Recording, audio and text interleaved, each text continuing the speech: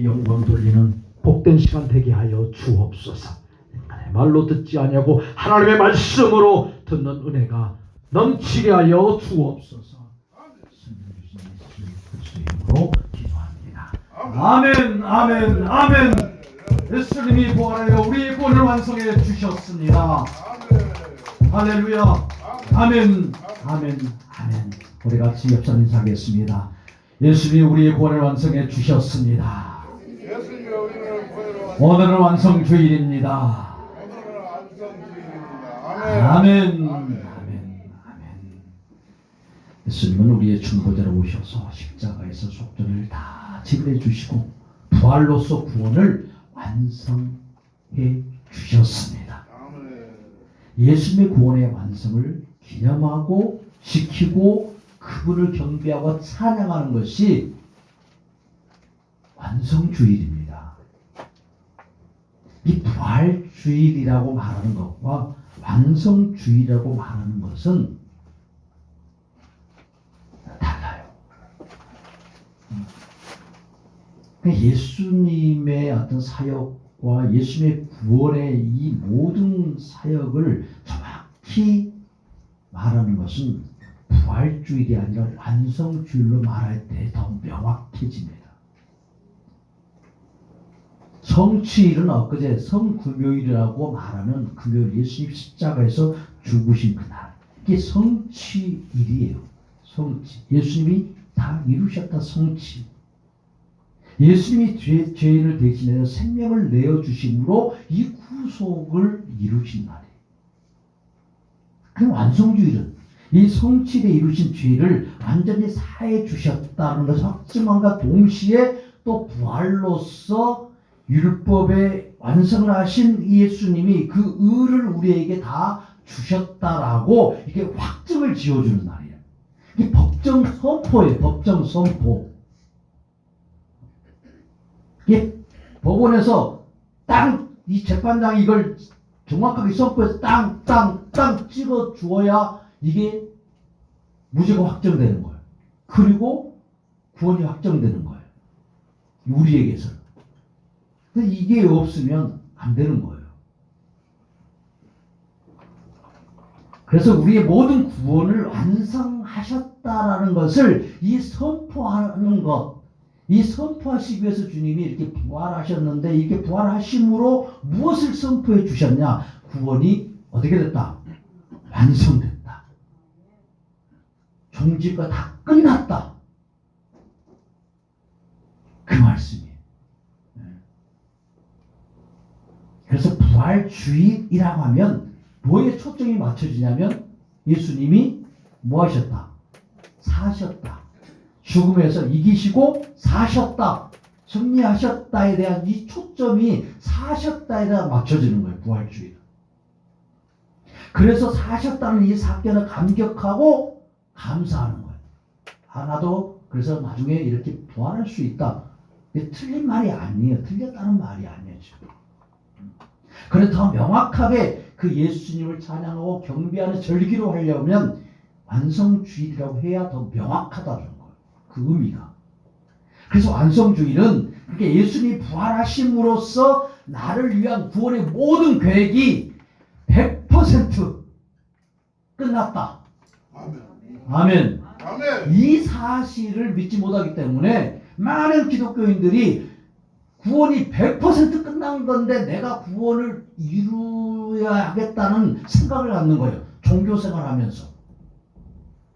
내가 구원을 내가 이루어야지. 내가 복을 더 받으려고 내가 열심히 뭘 해야지. 율법 계명을 내가 지켜야지. 이렇게 또 생각하다. 그러니까 예수님이 구원해 주신 것이 100%가 아니라고 생각한다. 99%는 예수님이 해주셨고 1%는 그래도 내가 해야 된다고 여기는 거예요. 이런 의미를 생각하지 못했어요. 완성주의라는 이걸 쓰지 않았어요. 완성했다라는 것을 그 의미가 뭔지를 잘 모르는 거예요.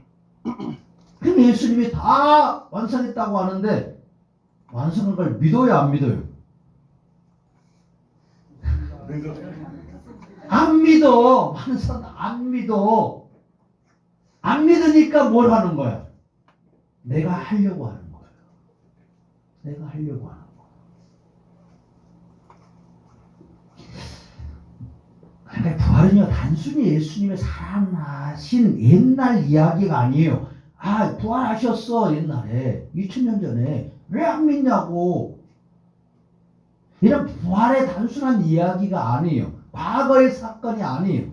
하나님이 약속하신 구원의 모든 설교대가 이 설계도가 한치의 오차도 없이 마침표를 찍은 날, 그날에 예수님이 부활하신 날이에요. 마침표가 찍어진 이 완성의 날, 이게 포인트예요. 그래서 우리는 부활주일이다라고 그냥 단순히 부르는 것을 넘어서 예수님이 구원을 완성하고 선포하신 날, 부활로서 그것을 선포해 주셨다는 거예요. 부활로서. 그래서 완성주의라고 부르고 완성주의라고 지키는 거예요. 이제 이 붕괴 때 20년, 30년 여름 죽기 전에 부활주의라는 말이 완성주의로 바뀌는 것을 분명히 볼 거예요. 제가 거짓말을 하는가 안 하는가 여러분들이 30년 뒤에 한번 보시라고 살아계십니다. 원래 사람들이 부활절을 기념하면서 생명과 회복과 기쁨을 말해요. 하지만 그 부활이 무엇을 기반으로 한 부활인지, 누구의 은혜로 또 우리가 구원이 가능한지, 구원의 완성이라는 이 본질을 놓친 채 그냥 예수님, 부활하신 예수님에 대한 외적인 기념, 이게 머문다는 거예요. 그래서 부활절 하면 뭐가 나와요? 계란. 계란 그냥 만드는 거예요. 계란이 부활하는 거니까 부활해요. 여러분, 중보자 예수님이 없이요 죄인에게 생명이 없고요, 중보자 예수님이 없이 죄인에게 의로움이 없고, 죄인에게 속전도 없고 자유도 없고 회복도 없어요.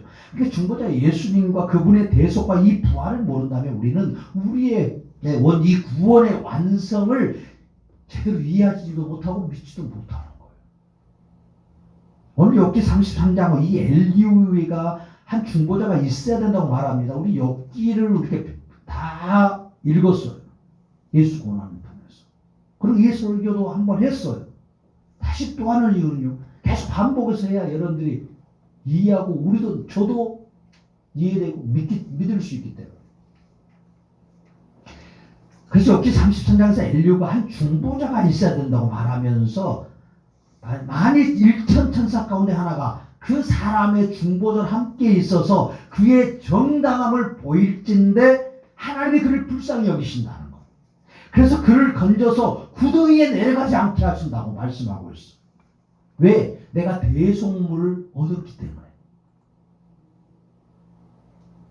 그렇게 만일이라고 하는 거예요. 그래서 중보자가 이게 사람이 이렇게 죄로 인해서 죽음의 구덩이, 그 죽음의 구덩이 어디겠어요? 지옥이에요. 그 사람을 위해서 대신 설 수 있는 이런 중보자가 없다면 그는 하나님의 은혜를 받을 수 있다 없다? 없다는. 하나님의 저주를 받아서 영원한 이 죽음의 구덩이에 저주에 들어가야 되는데 그런 비참한 상태에서 벗어날 길이 전혀 없어요. 어떤 회복도 없다라는 말이에요. 그러나 그 사람을 위한, 그 죄를 위한 중보자가 만일에 있다면 그 중보자가 그 사람의 죄에 대해서 대속물이 되어서 죄가 다 없어지고 자유케 되어지고 모든 것에서 새로워진 회복이 있다는 거예요. 그 살이 청년보다 부드러워지고 젊음을 회복한다는 거예요. 그래, 이 본문의 이 문제가 뭐예요? 타락한 인간의 결정적인 문제가 무엇이라고 말합니까? 중보자, 만일 중보자가 있으면, 그게 없다면 어떻게 됐겠어요? 다 죽는 거예요. 그래서 만일이라는 거예요. 만일 중보자가 있다면 이란 전제, 이런 일이, 그러니까 지옥에 들어가야 될 죄인이 천국에 들어갈 수 있는 정말 꿈 같은 일이 만일 중보자가 있으면 일어난다는 거예요. 도대체 이 중보자가 누구냐? 도대체 이 중보자가 무슨 말을 해주시길래, 무슨 일을 해주시길래, 왜 욥기에서는 이런 중보자에 대한 이야기를 하고 있을까? 그래서 이 욥기가 예수님에 대한 이야기라는 거예요. 예수님의 죽으심과 고난의 이 깊이 엄청나게 예수님이 어떤 고난을 받으시고 왜 그런 고난을 받으시는지, 예수님의 고난의 이유가 무엇인지, 고난으로 온 우리에게 온 그 은혜가 무엇인지 아주 세밀하고 구체적으로 들어있어요. 그냥 욥기 이야기로 보면 이건 예수님에 대한 증언이 아니죠. 모든 성경은 하나님의 예수님에 대한 증언이라, 예수님에 대한 기록이라고 예수님이 다 가르쳐 주었어요. 그 말씀을 성경에 이 한 귀퉁이 안에 딱 넣어 주셨어. 왜? 예수님에 관심 없는 사람들은 그 말씀을 보아도 보지 못해요. 정확하게 예수님이 오셔서 성경이 무엇인지를 아주 한마디로 딱 정리를 해 주시잖아요. 이 성경은 나에 대한 것이다.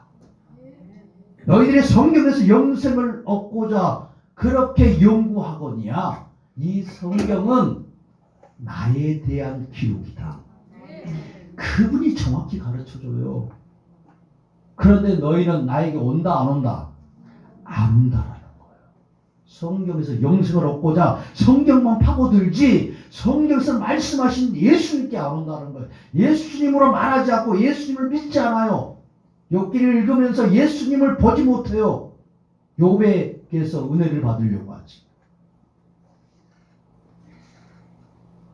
그런 말이에요. 그래서 예수님이 나에게 오지 않는다는, 성경을 읽으면서 예수님께 가야 되는데, 예수님을 만나야 되는데, 욥기를 읽든 창세기를 읽든 출애굽기를 읽든 사무엘서를 읽든 시편을 읽든 다 그 안에서 예수님 만나야 되는데, 그래야 생명이잖아요.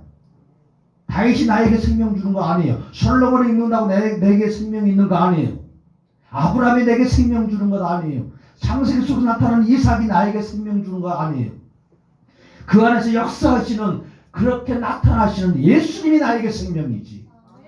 그 예수님 만나야 내게 기쁨이 있지. 창세기 읽으면서도, 내 얘기를 읽으면서도, 그 답답한 내 얘기를 읽으면서도 그 안에 예수님의 그 사랑이 있고 예수님의 놀라우신 은혜가 있는 것을 만나야 내 얘기를 읽으면서도 눈물을 흘릴 수 있지.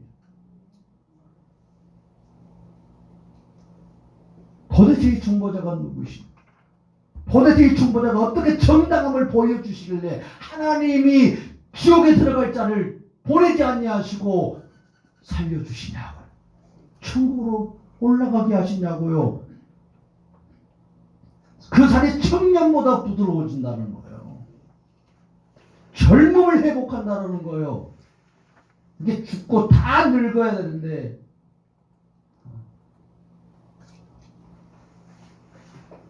이런 은혜를 주신다. 대체 하나님 인간을 만드실 때 창조된 인간은 하나님과 함께 했어요. 창조된 인간, 하나님의 영을 받았기 때문에 하나님과 직접 교제할 수 있는 그런 의가 있었어요. 그런데 그 의는요, 이 땅에 사는 의였어요. 아담은 죽지 아니하면 이 땅에서밖에 못 살았어요.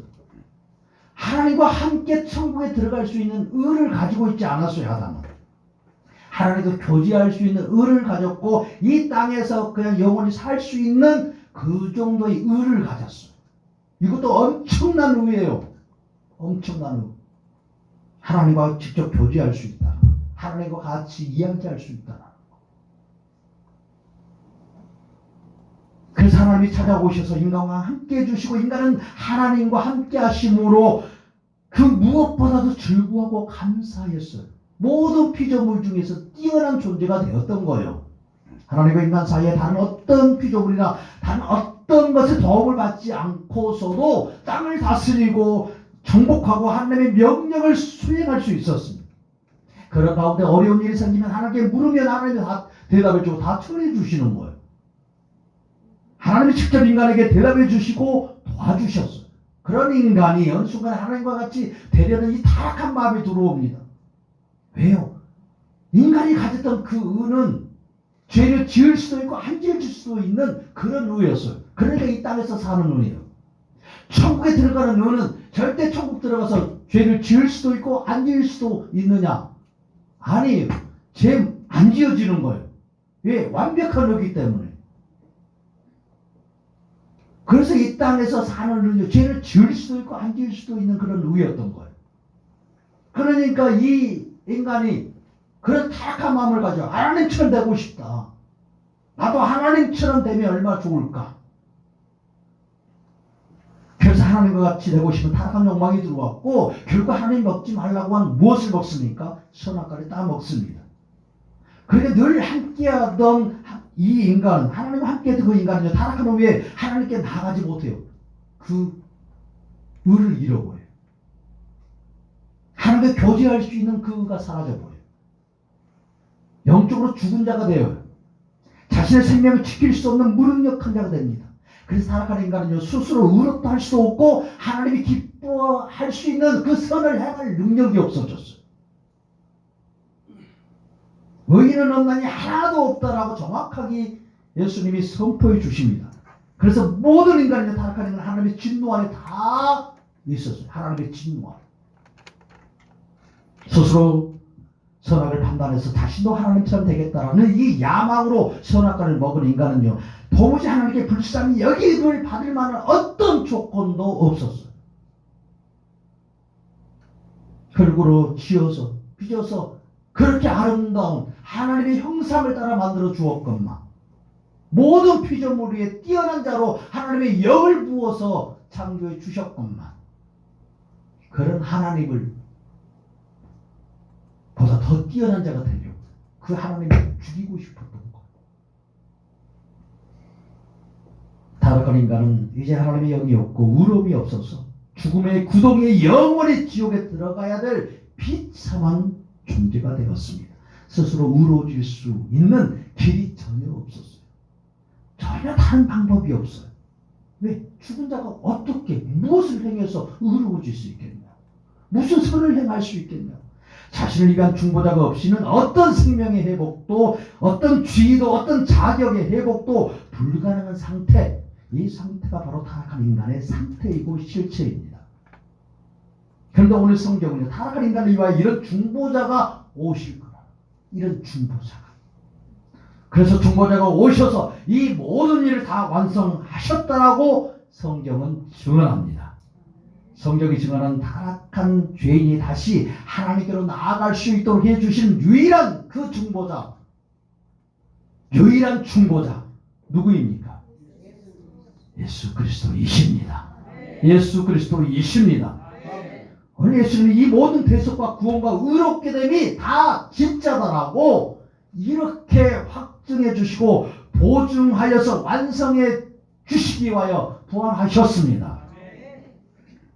성경을 수호해 주시고 성경을 해석해 주시고 성경을 완성해 주신 예수님께서 친히 성경에 대하여서 증언해 주신 것처럼 성경은 예수님에 대한 이야기입니다. 욥기 다 예수님의 권한과 예수 그리스도의 사역에 대한 이 부분이 욥의 고백과 이 세 친구들의 이야기를 통해서 예수님의 그 모든 고난 당하심이 다 드러나요.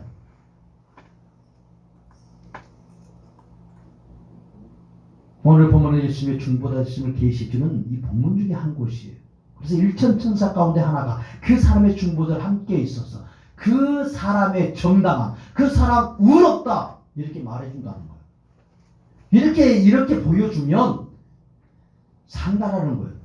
그러니까 예수님이 지금 일천천사 가운데 한 천사로 이게 나타나시는 거예요. 예수님이 구약에 여러 모양으로 나타나요. 히브리서 1장에 보면 예수님이 그 구약의 여러 모양으로 나타나셨다라고 말해요. 그분은요, 때로는 구름기둥으로 나타나시고 불기둥으로 나타나시고 이스라엘 백성들에게, 그분은 때로는 비둘기로 나타나시고 감람나무로도 나타나시고, 그리고 예수님 그 그룹들의 천사들로 또 나타나요. 아브라함에게 때로는 그렇게 나타나셨어요. 사람으로도 나타나고. 그래서 이 구약은 예수님이 이렇게 천사로 나타나신다는 것을 말씀해 주시기 위해서 에스겔서 1장 10장을 보면 예수님의 그 모습이 이렇게 나타나는데, 구약에서는 천사의 모습이 제일 먼저 보여요. 신약에서 나타나는 예수님은 인간의 모습이 먼저 보인다고 에스겔서 1장 10장에서는 정확하게 그 순서를 다 말해줘요. 1.1획도 성경은 틀림이 없어요. 예수님에 대한 이 증언에 있어서. 그러니까 이 순서가 정확한 거예요.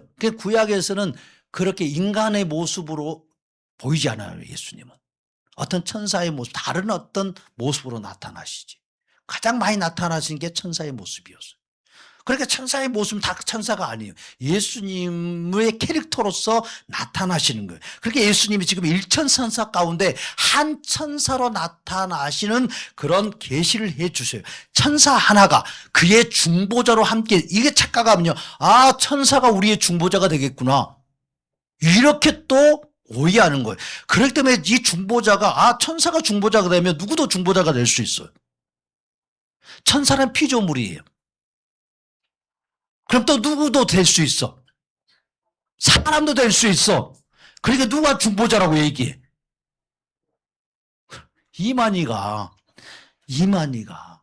박태선도 그러고 모든 이단들이 다 이런 거예요. 그러니까 이 말씀들을, 아, 중보자가 천사구나.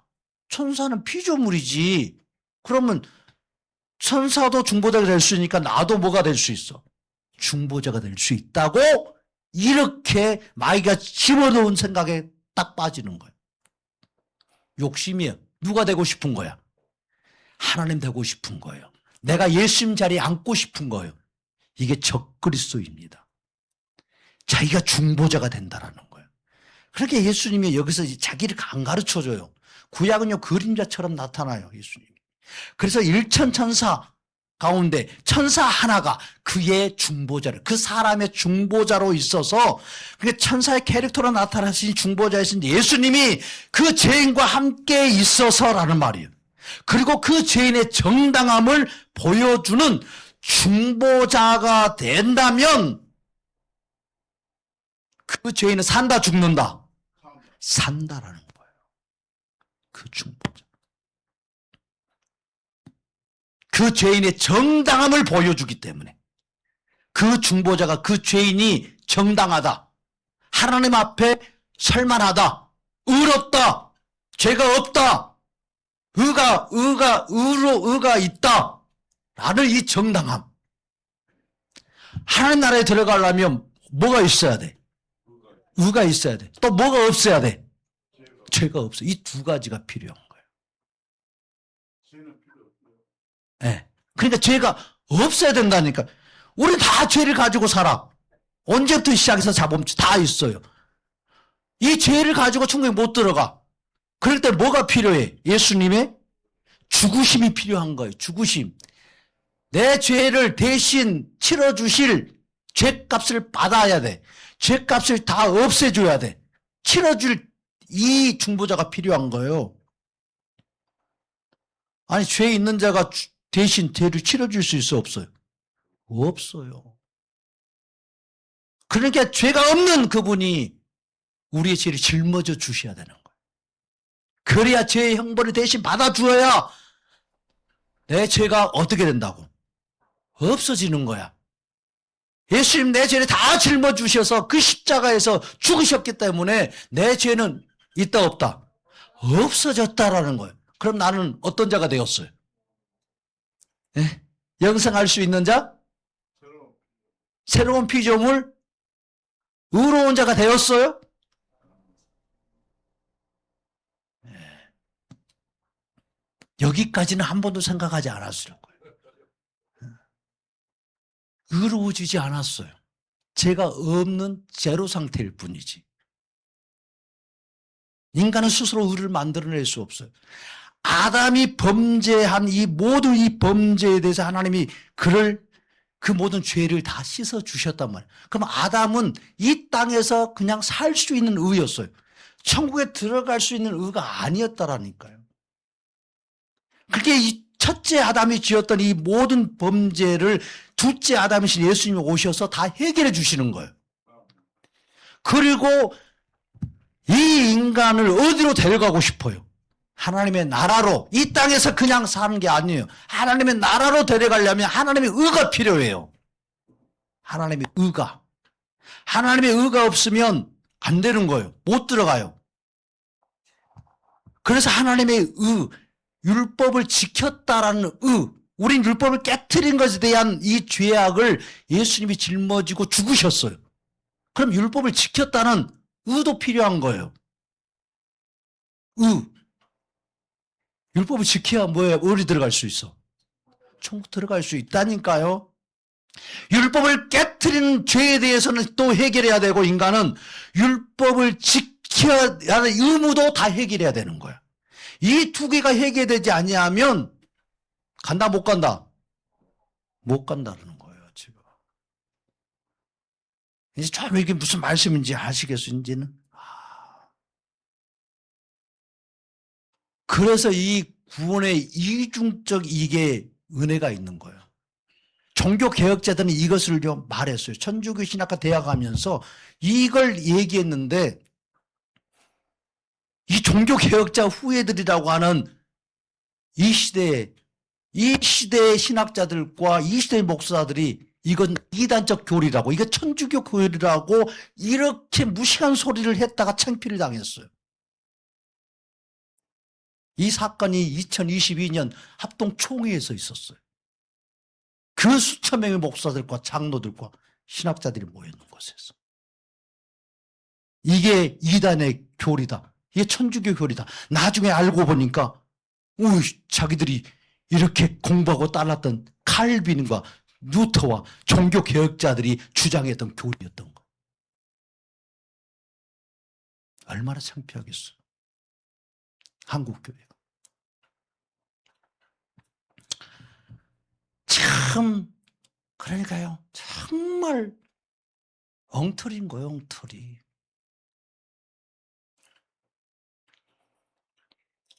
그러니까 이 죄인의 정당함을 보이는 이 중보자예요. 네, 중보자. 그러니까 예수님이 율법에 다 깨트린 이 죄악을 대신 짊어지고 죽으시고, 예수님이 땅에 오셔서 율법을 다 그분이 지키시는 거예요. 다 율법을 해석하고 예수님이 다 지키시는 거예요, 대신. 그리고 그 율법을 지킨 의를 갖다가 누구에게 주시는 거예요? 그죠? 그 죄를 다해 준 그 죄인에게 그 의를 부어주시는 거예요. 그러니까 하나님이 그를 뭐 했다고? 의롭다고 여겨주시고 천국으로 들어오게 하신다는 거예요. 이게 기독교 교리입니다. 정확하게 구원의 교리예요. 그래서 오늘 말씀하는 거예요. 천사가 그의 중보자를 함께 있어서 그의 정당함을 보일진대 하나님이 그를 불쌍히 여기사. 자기가 한 일이 하나도 없어. 인간이 율법에 깨트린 죄의 형벌도 자기가 받지 않았어.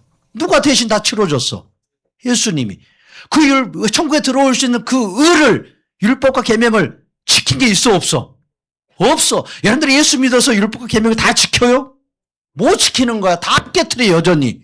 그러니까 우리는 늘 그 죄를 회개하는 거야. 예수님의 은혜가 필요한 거예요. 그래서 예수님의 의를 내가 받았기 때문에 내가 율법을 행한 것도 아닌데 예수님이 율법 완성해 주신 그 의를 나에게 부어주시니까 하나님은 우리를 뭐라고 말해 주신다고? 의롭다고 여겨주신다고. 정당함을 이렇게 보여주시니까 예수님이 중보자로서 우리 옆에 서서. 그러니까 하나님이 우리를 어떻게 여겨주신다고? 불쌍히 여겨주셔서 천국으로, 그래 네가 하지 않았는데 누가 해주었다고. 그러니까 예수님이 죄 없는 그분이 다 우리 죄를 대신 짊어지고 죽으시고 예수님이 그 율법을 다 지켜서 그 의까지 너에게 주었으니까 너는 너의 모습으로는, 너의 실체로는 천국에 들어올 수 있다 없다? 없다. 그런데 너를 어떻게 여겨서? 불쌍히 여겨서. 누구 때문에?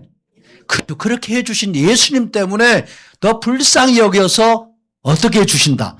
천국에 들어오게 해주신다. 이거예요. 지금 이 말씀을 하고 계시는 거예요. 하나님이 그를 불쌍히 여겨서 그를 건져서 구더기에 내려가지 않게 하시리라. 지옥에 내려가지 않게 하시리라.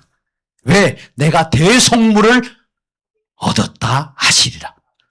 예수님의 죽으심과 예수님의 그 율법 완성, 이 부활로서 이 대속물을 다 얻었기 때문에 그것으로 하나님 아버지는 합당하다는 거예요. 아멘? 그래서 예수님이 죄인의 일을 위해 중보자가 되시면 하나님이 그를 불쌍히 여겨서 이 지옥에 내려가지 않게 하신다는 거예요. 그 이유가 뭐냐? 대속물을 얻었다는 거예요. 예수님이 다 해주셨다는 거예요. 그래서 예수님이 대속물로 이 땅에 오셨다고 말씀하시잖아요. 그래서 구약에서 예수님은 자신의 이 사역을 이렇게 말씀해주고 선포해 주셔요. 누구나 다 알 수 있도록 계시해 주지 않아요. 희미하게 그림자처럼 구약에서는 다 말씀해 주셔요.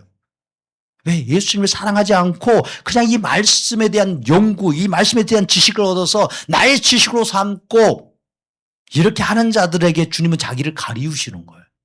정말 예수님을 알고 싶고 예수님을 사랑하는 자들요. 양의 음성을, 이 목자의 음성을 정말 듣기를 원하는 자들. 그래서 일천천사 중 하나님처럼 예수님 자신을, 하나처럼 예수님 자신을 말씀해. 하나님, 예수님 그분이 천사를 만들었는데 우리의 구원을 위해서요. 천사처럼 되시는 거예요. 예수님. 하나님과 타락한 인간의 중보자 두 사람이 아니라 오직 한 분이 한 분. 중보자는 이 땅에 오실 예수님밖에 없습니다. 이 땅에서 우리를 위해서 구원을 완성해 주신 예수님밖에 우리의 중보자 없습니다. 인간은 중보자 될 수 없어요. 오직 중보자는 예수님 한 분뿐입니다. 욥기의 본문을 통해서 미리 증언해 주신 것처럼 이 땅에 중보자로 오신 예수님이 하나님 앞에서 대속물로 이 속전이 되어 주셔서 나 같은 죄인을 거룩한 하나님 앞에서 정당함을 보여주셨습니다. 정당함을 보여주셨어요. 예수님이 대속물이 되어서 대신 생명버림을 당하고 지옥에 들어가시고 타락한 나는 예수님의 대속으로 인하여서 하나님께 국률하는 침을 입어서 죽음에서 생명을 얻는 자가 되었고 지옥에 들어갈 자가 천국에 들어가는 자가 되었습니다. 이 놀라운 은혜요. 우리의 죄악으로 인해서 부끄러움 중에 우리가 천국에 들어가는 거 아니에요. 중보자 예수님 때문에 하나님 아버지께 국률을 얻어서 의롭다, 정당함을 받고 들어가는 거예요. 그래서 예수 보혈을 의지해서 우리는 부끄러워서 수치 가운데서 천국 들어간다고 말하지 않아요. 어여시 하나님 앞에 서리라. 아멘. 어여시 하나님 앞에 서는 거예요. 어여시. 누구 때문에? 예수님 때문에. 예수님이 이루어지신 이 구원의 은혜 때문에 어여시 서리라. 아멘. 그래서 천국에 기쁨으로 들어가는 자 되었습니다. 예수님이 욥기 33장에서 미리 말씀하신 대로 이 땅에 오셔서 이 모든 걸 다 이루어 주셨어요.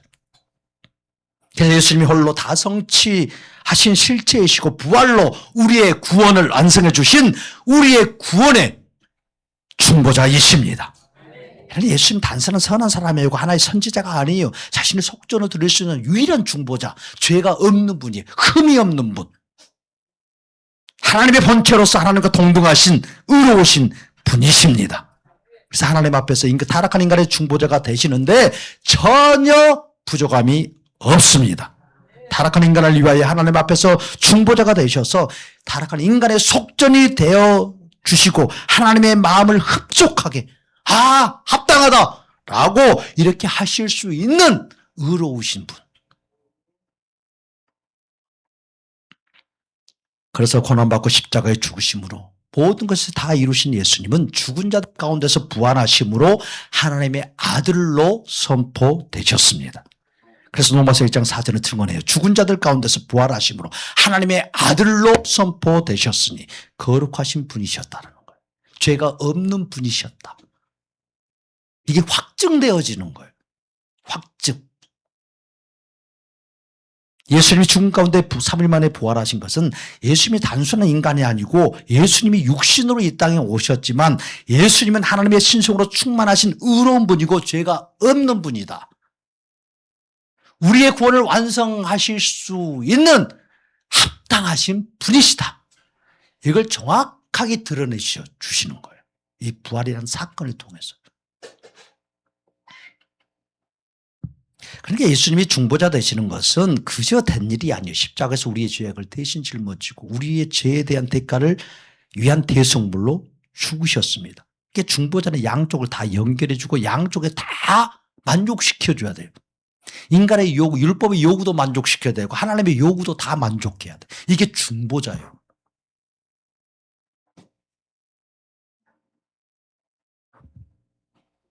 그러니까 예수님이 타락한 인간의 중보자가 되어서 죄인들을 구원하여 자신의 신부로 삼고 하나님의 자녀로 삼는 길은 대속의 이 죽음밖에 없었어요. 그러니까 겟세마네 동산에서 땀방울에 핏방울이 되기까지 기도하시면서 이 잔을 마시기로 십자가에서 죽으시기로 작정하셨어요.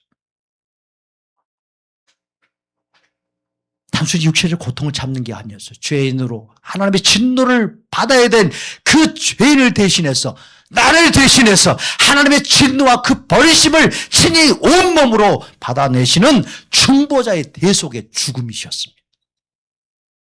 내가 그래서 십자가에서 죽었다라고 말해요. 내가 죽지 않았는데 예수님이 나를 위해서 십자가에 달리신 그때 나도 예수와 함께 죽었다라고. 그래서 이것이 믿음의 고백인 거예요. 내 죄가 그때 나도 함께 십자가에서 죽었다. 예수님은 중보자로서 죄를 닦아내고 우리를 영의 상태로 그렇게 만드시는데 끝나지 않았어요. 예수님은 하나님 앞에서 정당함을 주시기 위해서요. 천국에 들어올 수 있는 율법과 계명을 다 지켰다는 이 정당함을 주시기 위해서요. 예수님이 이 땅에서 종교 지도자들에게 모욕과 비난을 엄청 받으셨어요. 율법을 제대로, 안식일을 제대로 하는 예수님이 율법을 주신 대로 지키고 있는데 욕먹었어요. 왜 그런 율법, 안식일을 깨트리냐고. 왜 안식일에 병 고치냐고. 안식일에 병 고치는 건 일이다고. 하지 말라고. 그러니 예수님이 율법을 주신 그분이 안식일의 의미를 정확히 아신 그분이 안식일을 지키고 계시는데 안식에 대해서 모르는 자들이 자신들의 율법과 전통으로 인간의 규례를 만들어버린 인간들이 안식일을 깨트린다라고 예수님을 저주했어. 욕했어. 신성 모독한다고. 그리고 예수님은요, 이 율법을 지키면서 욕 엄청 먹었어요. 왜 당신은 금식 안 하냐고. 예수님이 오실 때부터 금식하고 계셨는데. 자기들은 하루와 일주일에 3끼 정도 3일 금식한 걸로 최고로 여기면서 밥 안 먹는 거 이것 가지고 금식했다라고. 예수님은요, 하나님이신 그분이 자기를 비우고 종의 형체로 오셨어요. 자기를 죽기까지 낮추시고 복종하셨어. 자기의 권세가 엄청난데 하나도 쓰지 않으셨어. 예수님이 금식이 인간의 한 끼 먹지 않는 이 금식과 비교가 되겠냐고. 예수님은 완벽하게 이 금식을 다 지키죠. 맹세하지 말아라. 맹세 많이 하고도 다 깨트려요, 인간. 그래서 하지 말라고. 그런데 예수님 말씀하신 대로 행하셨어요. 다 지키시고 행하셨어요. 다 이루셨어요. 그러니까 예수님이 이 땅에 오셔서 하시는 모든 일은요, 율법을 지키시는 일이었어요. 그래서 율법을 해석해 주신 대로 예수님이 다 지키시는 거예요. 너희들이 다 깨트린 건 내가 대신 지킨다는 거. 그렇게 지키면서 욕과 저주를 엄청 먹으셔. 예수님이 먹으신 분. 그렇게 받으시면서 율법의 모든 요구를 완벽하게 지키셨고 하나님이 기뻐하시는 완전한 의를 이루셨어요. 그러니까 예수님이 처참하게 십자가에 죽으실 때 예수님이 거룩한 의의 옷을 벗어서 의가 없는 자들에게 죄인된 우리에게 입혀주시는 거예요. 그래서 우리의 죄는 예수님께 넘어가서 다 처리되었고 예수님의 의는 우리에게 넘어와서 생명으로 확정되었습니다. 이 놀라운 구원의 완성이 확증되었다 라는 것을 선포해 주시기 위해서 예수님이 뭐 하셨다? 부활하셨다. 부활하셨다. 이걸 증명해 주고 선포해 주시는 도장을 꽝꽝꽝 찍어 주시기 위해서 뭐 하셨다? 부활하셨다는 거예요. 그래서 완성주의인 거예요. 그래서 그러므로 부활의 주일은 단순히 살아난 기적을 축하하는 날이 아니에요. 죽음에서 일어난 그 예수님을 단순히 축하하고 감사하는 날 아닙니다. 중보자가 대청산과 의의 전가를 완벽하게 이렇게 끝내주셨다. 아, 그분은 죄가 없으시니까 죽음에서 일어난 거예요. 그분은 저절로 일어날 수밖에 없어. 왜? 죄가 없으면 죽음은 절대 그 죄가 없는 자를 삼킬 수 없어요. 예수님은 우리의 죄를 짊어지고 죽으셨기 때문에 지옥에 3일간 들어가 있었어요. 그런데 알고 보니까 그 예수님 자체에는 죄가 있어 없어? 없어요. 그러니까 이 죽음이 지옥이 다시 예수님을 토해낸 거예요. 있을 이유가 없으니까. 죄 있는 줄 알고 감옥에 가뒀는데 알고 보니까 참 죄 없어. 그러면 이게 저절로 풀어줘야 말아야 돼. 풀어줘야 되는 거야, 저절로. 찾고 있을 근거가 없는 거예요. 그러니까 예수님이 그냥 살아나신 거야. 이게 살아나신 것은 기적이 아니에요. 그분이 죄가 없기 때문에 당연히 풀려나는 거야. 이건 무슨 능력이 아니고 기적이 아니야. 당연한 거예요, 당연한 거.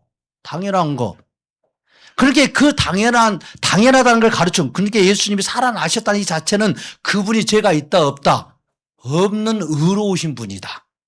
다 우리의 죄를 사해주고 율법을 전가해 주시기 위해서 예수님이 이렇게 죽으시고 부활하신 거라는 이 증거, 그분의 실체가 누구이신가를 정확하게 가르쳐 주시기 위해서 부활하신 거예요. 이게 부활은 기적이다, 아니다? 아니에요. 인간에게는 기적이지만 예수님은 기적 아니에요. 당연한 거예요. 당연한 거.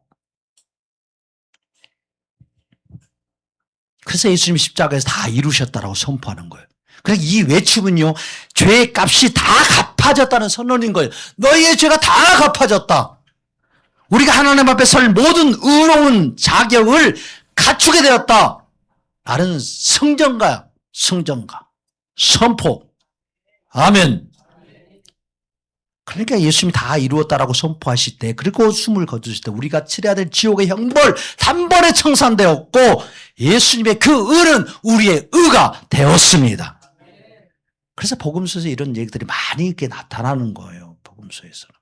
가늠한 여인에게 왜 예수님이 그 여인을 이렇게 살려주셨는지, 그리고 그게 왜 죄가 없다고, 나도 너를 정죄하지 않는다고 말씀하셨는지, 다 이 예수님의 이 사역과 연관이 되어 있어요. 예수님이 그 여인을 위해서 죽으시고 의를 주실 것이기 때문에 정죄하지 않는다고. 의를 주어놓고 너 죄 있다라고 말하겠어요? 예수님은 그러지 않는다는 거예요. 그래서 가늠한 여인이라 할지라도 그 율법을 깨트린 이 죄악을 예수님이 대신 담당하시잖아요. 그걸 막아서서. 그리고 예수님이 이루신 그 의를 갖다 그 여인에게 주니까 그 여인에게 예수님은 죄 있다고 말씀하지 않으시는 거예요. 정죄하지 않는다고 말씀하시는 거예요. 예수님. 이게 예수님의 이 완성된 구원의 은혜입니다. 이렇게 미리 말씀해 주시는 거예요. 그러니까 예수님이 십자가에서 기도할 때도 저들의 죄를 사하여 주옵소서. 저들이 하는 일을 알지 못합니다. 예수님이 죄인의 편에 서서 아버지 간구하는 거예요. 예수님이 그 죄인의 죄를 다 짊어지시고 예수님의 의로움을 우리에게 덮어주심으로, 그래서 하나님 앞에서 정당함을 얻게 해주시려고. 그러니까 그렇게 죽을 때 한 강도가 어디에 들어가요? 천국에 들어가요. 강도 중 한 명이 당신의 나라에 임하였을 때, 나를 기억할 수도 있을 때 예수님 즉시로 오늘 내가 나와 함께 낙원에 있으리라 말씀하셨어요. 천국에 들어갈 자격이 전혀 없는 강도가 죄사함 받는 거예요. 예수님이 대신 그 죄를 짊어지고 십자가에 죽으시니까. 그리고 예수님이 전가해 주신 그 의를 통해서 정당함을 얻으니까 바로 천국 들어가는 거예요. 뭐 불만 있어요? 그러니까 예수님이 하신 일에 대해서 인간은 굉장히 불만이 많아. 왜? 내 의를 자랑하고 싶으니까. 왜 이런 놈을 천국 데려가냐고. 참 이런 마음이 드는 것이 이게 완악고 패역한 타락한 우리의 모습이에요. 그런 생각이 든다라는 게. 나 같은 죄인을 살려주신 예수님이라면 그런 강도 못 살려줘 주겠냐고. 나는 뭐 부러워요? 연쇄 살인범이 바로 우리의 정체성인데. 안 그래요? 가늠한 여자의 정체성이 우리인데 날마다 세상과 버타고 세상과 살며 세상과 달려나가고 하나님 예수님 버리고 다 가늠하고 있는 거예요. 다. 날마다 가늠하고 있어. 그게 우리의 죄악이 이 죄성이 정체성을 모르면요 절대 예수님 앞에 엎드릴 수 없어요. 내게 오는 가 얼마나 큰지를 몰라요. 그리고 정죄하게 되는 거예요.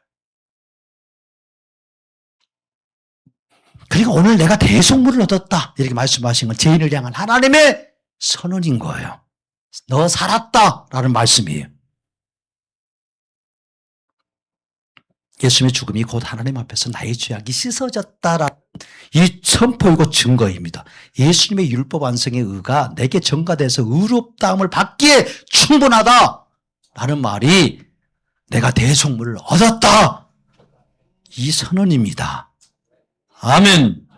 그게 중보자는 단순히 싸움 말리는 사람이 아니에요. 좋은 말 해주는 중간자가 아니에요. 대속할 수 있는 능력이 있느냐, 그런 의로움이 있느냐, 이게 중요해요. 그렇게 타락한 인간은 절대 중보자 될 수 없어요. 죄가 없는 그분, 부활하신 그분만이 유일한 중보자이십니다. 유일한 중보자예요. 중보자라고 그렇게 깝치는 사람들이 있으면 부활했냐고 물어보세요. 직접 부활했냐고. 죽고 부활 한번 해보라고. 그러면 그 사람이 중보자 될 수 있어.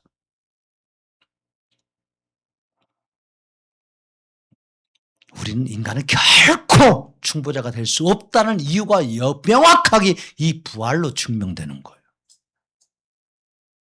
모든 인간은 자기의 죄의 무게에 눌려서 죽어가는 이 구덩이 속에 존재일 수밖에 없어. 물에 빠진 사람이 어떻게 물에 옆에 사람을 구할 수 있냐고. 예수님이 유일한 중보자가 되시는 것은 흠이 없고 죄가 없는 어린 양으로 오신 예수님이 친히 대속물이 되어주셨고 친히 율법을 완성하여 그를 부어주셔서 유일하게 의롭다함을 얻게 해주셨어요. 예수님 없는 구원은요 거짓인 거예요. 그러니까 오늘 이 참 본문에서 죄인 이 사람 죄인이 스스로 구원할 능력이 전무하기 때문에 죽음의 구덩으로 지옥으로 들어가야 되는 거예요. 근데 중보자가 나타나서 대속의 값을 치르다 이 죄인은 구원을 얻습니다. 완벽한 구원. 미완성된 구원이 아니에요. 완벽한 구원. 그 사람은 의로우신 하나님을 눈치 보는 죄인이 아니라 그의 중보자로 오실 예수님 덕분에 정당함을 얻어서 판결을 받은 자유자가 된 거예요. 자유자. 그래서 예수님이 우리에게 주신 게 뭐라고요? 자유라고. 자유케 해주셨다. 자유케 해주셨다. 너 자유 얻었네. 나 자유 얻었네. 우리 자유 얻었네. 이 찬양은 우리 어렸을 때 많이 불렀어요. 예수 부흥이 이렇게 예수님이 이렇게 일하실 때는 나 자유 얻었네, 너 자유 얻었네, 우리 자유 얻었네. 이 찬양도 엄청 부르고 기뻐하고 즐거워하고 예수님 때문에, 예수님 때문에. 오늘 많은 그리스도인들이 부활절을 예수님이 다시 사신 나이 정도로 기념하면서 이게 죄책감에 이렇게 불안 속에 살아가요. 여전히 내 죄 때문에. 이는 구원의 완성이 되었다는 사실을 좀 믿지 못해요. 내게 온 구원이 100% 완성된 구원이라는 것을 안 믿는 거예요. 우리 영적인 이 갈급함을 해결하는 유일한 방법은요. 중보자의 완성, 중보자가 나의 구원을 완성해 주셨다는 이 믿는 믿음이요. 이 믿는 믿음. 말세에 이 믿음을 보겠느냐? 정말 나의 100%의 구원을 믿는 이 믿음을 보겠느냐? 예수님이 그렇게 말씀하시는 거예요. 다 잃어버린다는 결국 자기 의로 구원받겠다라고 하는 일밖에 보이지 않는다는 거예요. 이 믿음의 구원을 이렇게 다 잊어버려. 이 믿음이 없어진다는 거예요. 우리는 더 나은 사람이 되어야 구원받을 거다. 더 많은 계명국을 지켜야 구원받을 거다. 더 깨끗하고 더 의로운 사람이 되어야 구원받을 거다. 그건요, 중보자를 모독하는 일입니다. 중보자를. 예수님 99%하고 1%를 예수님이 우리에게 남겨주셨으니까 내 육체의 고난을, 예수님의 고난을 내가 담당하겠다라고. 근데 그런 말씀조차 이해를 못하는 거예요. 왜 예수님이 그런 말씀을 해주셨는지. 십자가 부활로 구원을 100% 완성하셨습니다. 여러분들 아무것도 안 해도 예수님이 구원을 시켜주셔 정당함을 하나님 앞에 여러분들 보여주셨다면 여러분들은 구원 받습니까? 못 받습니까? 아무것 하지 않아도, 아무것 하지 않고 죄만 지어도 구원 받아요? 못 받아? 진짜요? 아직도 이게 이거 뭐야? 진짜 그러는 거야? 구원 받습니다. 구원 받아요. 강도, 이게 십자가에 달리 강도가 증명해 주는 거예요, 그것은. 강도는 아무것도 하지 않았어요. 바로 죽기 직전에 예수님 만나고 천국 들어가 버렸어. 그 포도 문 닫기 전에 5시에 와가 일해가지고 천국 들어간 사람. 아침 9시부터 일한, 쎄빠지게 일했는데 똑같이 구원받고.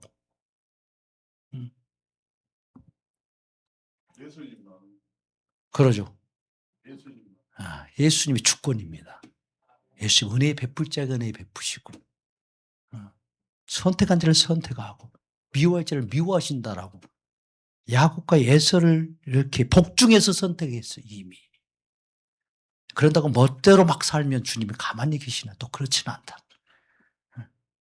그렇게 하면 안 된다라고 주님이 이렇게.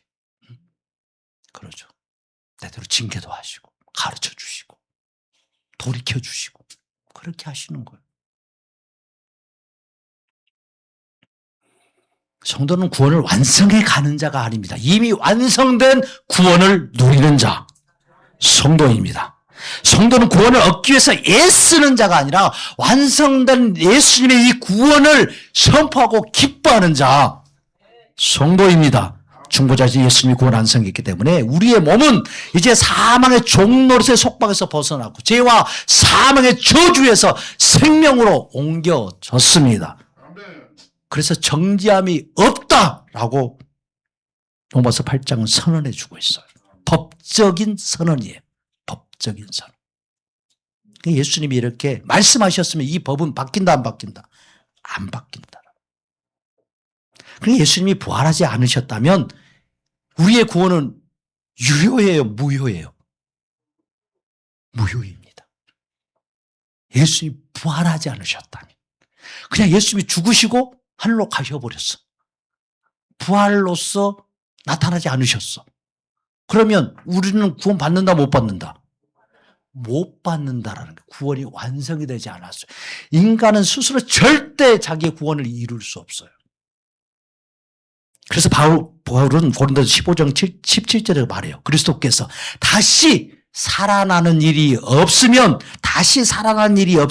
너희의 믿음도 헛되고 너희는 여전히 죄 가운데 있을 것이요.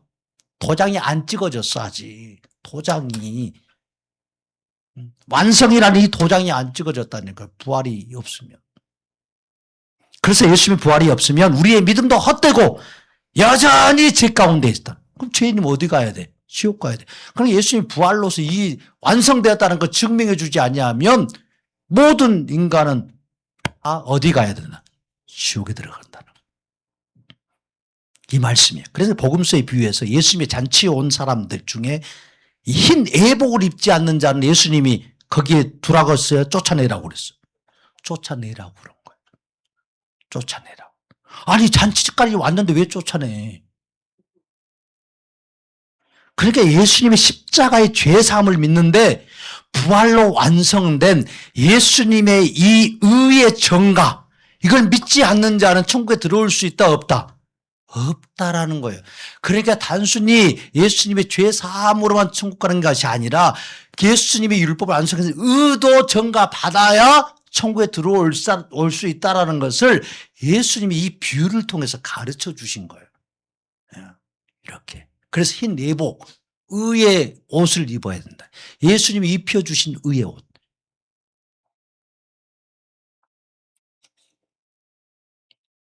그래서 그냥 죄 없다고 천국 가는 것이 아니라 이제 명확해야 돼요. 죄 사함 받고 예수님의 의를 힘입어서 하나님 앞에서 의롭다함을 받고 천국에 들어갈 수 있습니다. 이것을 고린도전서에서 말씀하고 있어요. 그러니까 로마서 4장 25절에서 이런 말씀이에요. 예수는 우리가 범죄한 것 때문에 내어줌이 되고, 예수는 우리가 율법을 깨뜨린 것 때문에 우리 죄를 위해서 대신 죽어서 우리가 범죄한 것 때문에 내어주었어요. 십자가에. 또한 우리를 의롭다 하시기 위해서 예수님이 주신 율법 안에서 의를 내가 주었다라고 이렇게 말씀해 주시기 위해서 우리를 의롭다고 하기 위해서 살아나셨느니라. 이게 로마서 4장 25절에서 정확히 이걸 말씀해 주고 있어요. 예수는 우리가 범죄한 것 때문에 내어줌이 되고 또한 우리를 의롭다 하시기 위해 살아나셨느니라. 예수님은 율법과 계명을 깨뜨리는 죄의 대가를 십자가 형벌로 다 치러주셨고 예수님이 다 지키시고 완성하신 율법의 의를 주셔서 우리가 의롭다고 하나님 앞에서 정당함을 보여주시려고 살아나셨습니다. 나를 의롭다고 해주시기 위해서 살아나셨어요. 그게 완성이에요. 그래서 구원의 완성. 그게 더 이상 하나님과 죄인인 나 사이에 다른 문제가 있다 없다. 다 없어졌다. 다. 이게 공적인 확정이고 선포예요. 우주적인 선포. 우주적으로 공중했어요. 공중. 예수님이 이렇게 부활하심으로 공중해 준 거예요. 공중. 그러니까 여러분들 아무리 저 사람 잘못했다 해도 재판장에서 딱 공중 봐서 죄 없다. 무죄! 하면 뭐 죄값 치료 안 치료? 그냥 무죄가 되는 거예요. 그냥 무죄가. 석방되는 거예요. 풀려나는 거예요. 그냥. 벨소리가 필요 없어. 분명히 죄의 증거가 있어. 근데 재판장이 무죄! 해오면 무죄 돼 안 돼요? 무죄 되는 거예요. 이 땅에서조차 그래요. 이 땅에서조차. 하물며 만드신 그분이, 인간을 만드신 그분이 공정하고 재판하고 결정하면 그걸 누가 바꾸겠냐? 누가? 바꿀 수 있는 자가 있어 없어요? 없어요. 없어. 그러니까 예수님의 부활은 내 의의 보증이 되는 거예요. 보증. 내 구원이 완성되었다라는 선언이고 선포입니다.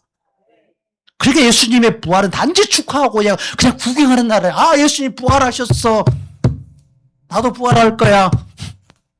부활하기 위해서 열심히 뭐 잘해야지. 뭐 예수님 부활 2000년 전에 그래 예수님 부활하셨어. 이걸 믿어. 그래야 나도 부활해. 이런 수준으로 부활주의를 지키는 거 아니에요. 그러려고 예수님 부활하신 게 아니라니까. 예수님의 부활은 단지 축하하고 구경하는 날 아닙니다. 중보자 예수님이 죄인된 우리를 위한 대속의 사역을 완벽하게 끝내주는 날. 완성의 날. 완성주일입니다. 여러분들 올해부터 부활주일을 그래서 무엇로 불러야 된다고? 완성주일로. 완성주의를 주신 주님을 찬양합니다. 우리의 구원을 완성해 주신 주님을 찬양합니다. 부활로서 우리의 구원을 확증해 주시고 공중해 주신 예수님 찬송합니다. 이 고백이 터져 나와야 돼요. 이 감격이요. 이 기쁨이요.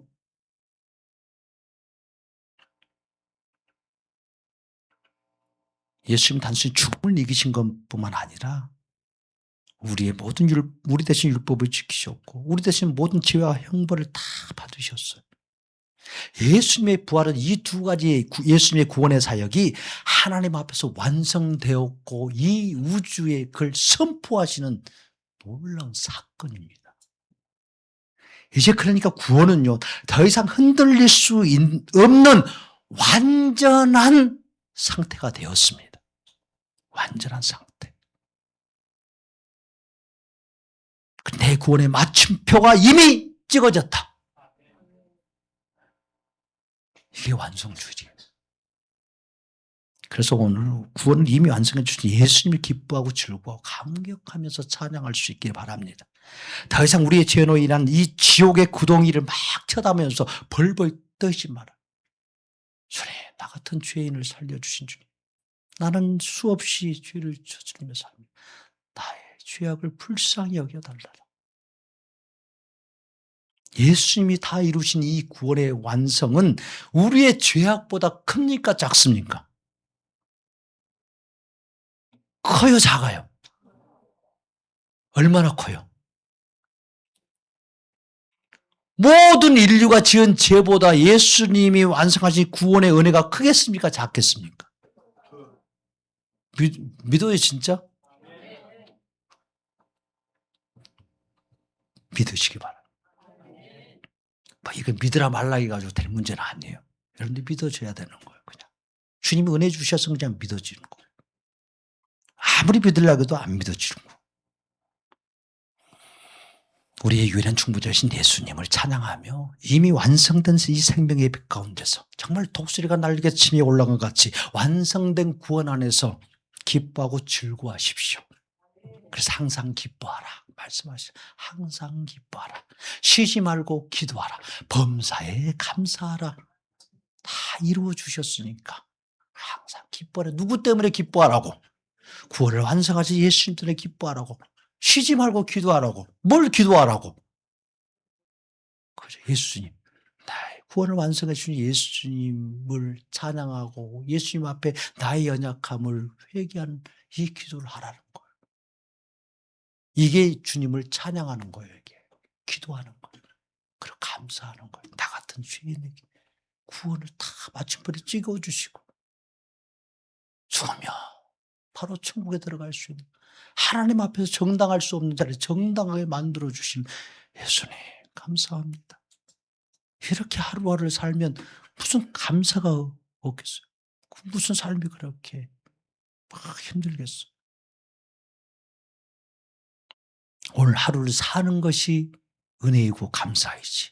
나 같은 자가 오늘 하루를 사는 것이 은혜이고 감사이지. 좀 몸이 아플 수 있는 거 아니? 좀 일이 안 될 수 있는 것 아니? 그래도 그 일 안 되는 것 속에서 또 살게 하신 하나님께 감사하지. 나는 이미 죽어야 되는데. 죄값 그대로 치렀으면 나는 이미 죽어야 될 존재인데. 감사할 것밖에 없는 거예요. 감사할 것밖에. 그래서 장미꽃에 가시도 뭐 한다고? 감사한다. 찔려도 감사해. 나 같은 자 찔려도 마땅합니다, 주님. 나 같은 자 이거 한 번 찔려서 감사합니다. 100번 가시에 찔리고 1000번 가시에 찔려도 마땅한 자인데 그 장미꽃 가시에 잠깐 찔린 거 이것도 얼마나 감사합니까? 감사밖에 없어요. 예수님의 이 구원의 이 완성 이것을 정확하게 알면 나오는 게 감사밖에 없어요. 감사밖에. 하나님 앞에서 여전히 죄인된 우리를 예수님의 의를 부어서 의롭다 하심 얻게 해주신 오직 예수님의 공로만 찬양하고 경배하고 한 주간도 담대히 사시기를 축복합니다.